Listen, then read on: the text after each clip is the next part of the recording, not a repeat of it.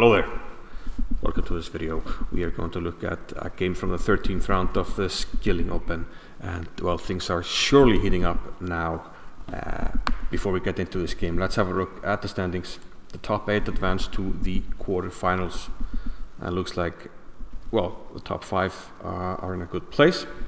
However, Anish Giri lost his first game last round, but he has been leading almost all the tournament, and his opponent in this game, Levon Aronian, massively needs the win. He's in 11th place, so he needs to do something. Only 3 rounds to go, so no reason to wait for anything. This is the moment. Let's see if Aronian can strike.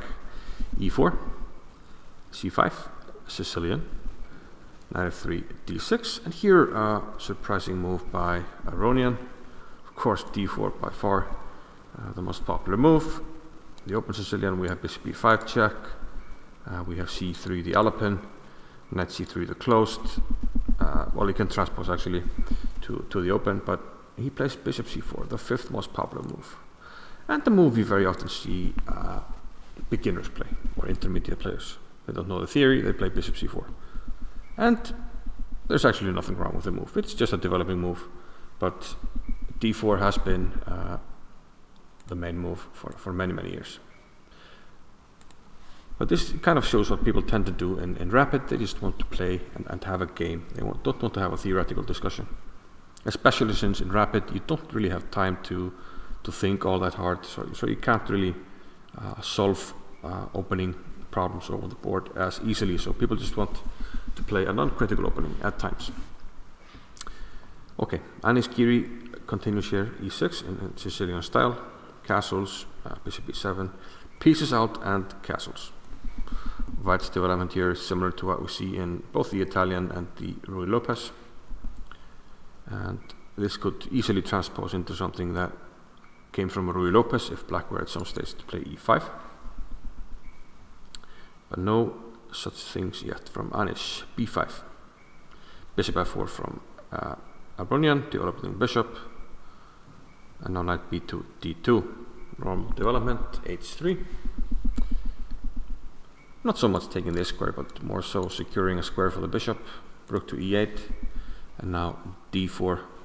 Given the opportunity, having developed all his pieces, Aronian is happy to get the central pawn couple here, the pawn duo. So takes. So this secures Aronian a bit of a space advantage, but black is very solid. He's bunkered down here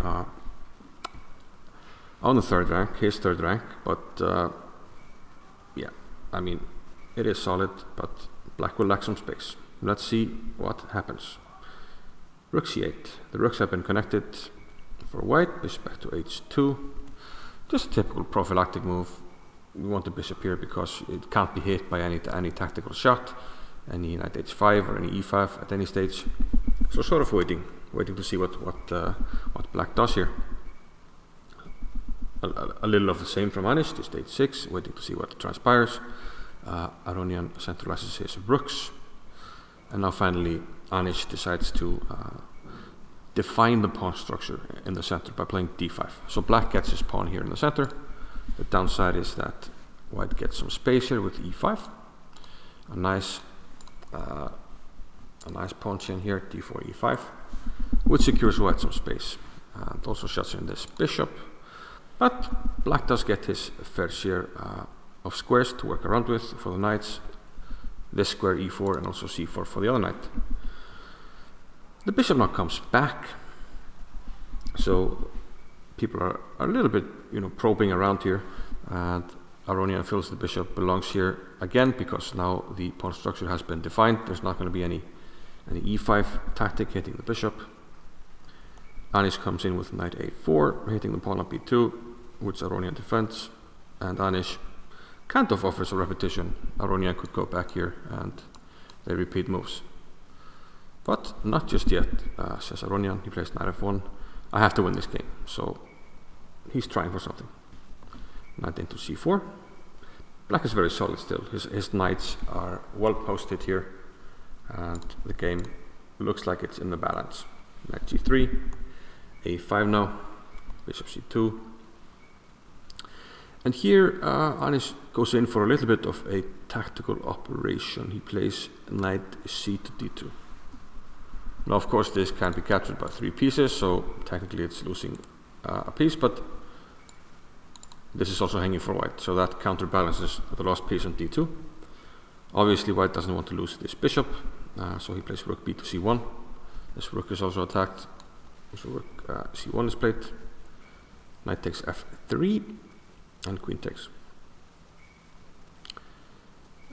Around here the computers do not like what Giri is doing, rook to c4. Aronian simply comes back with a knight to protect the pawn. And after b4, queen to g4. It looks like white is getting ready to push this knight back to play f3. And he's sort of stabilizing his space advantage a little bit. Bishop g5, and now this move f3. And here, Giri probably had to take on f4, and then plays knight back to g5. But instead he plays f5. And this turns out to be not so great, because this leaves a lot of weaknesses behind. Aronian now takes on g5. If you take on g4, take on d8. And after all this, Aronian actually has won a pawn here. So things are starting to look grim here for Anish. Bishop d3. And they go south pretty fast here. Already done a pawn in a difficult position. He plays bishop a6. And this is just a horrible blunder. Aronian accepted the offer, he took on a6, and simply played rook c7. And there's nothing to be done about this threat on g7. So Giri had to resign. A massive win for Aronian. And if we now first let's look at the cap score of this game. As you can see, a very solid effort by Aronian, 98.5, but seemingly poorly game by Anish, and he loses 2 now in a row on the trot. Equal position, but then the operations that Anish went for just didn't seem to work, and slowly but surely the white advantage increased, and after f5 it was very bad for him. So this means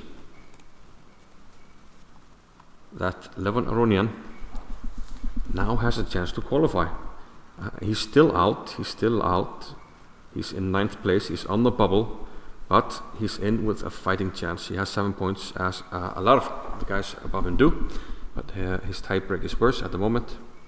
Alireza and Magnus leading with 8 points, and yeah, it's going to be a heck of a fight. Anish Giri now has to be careful. He still should be able to qualify if he keeps his head in the right place. But 2 rounds to go, and it's going to be a big fight. Very excited to see what happens. See you in the next 2 videos.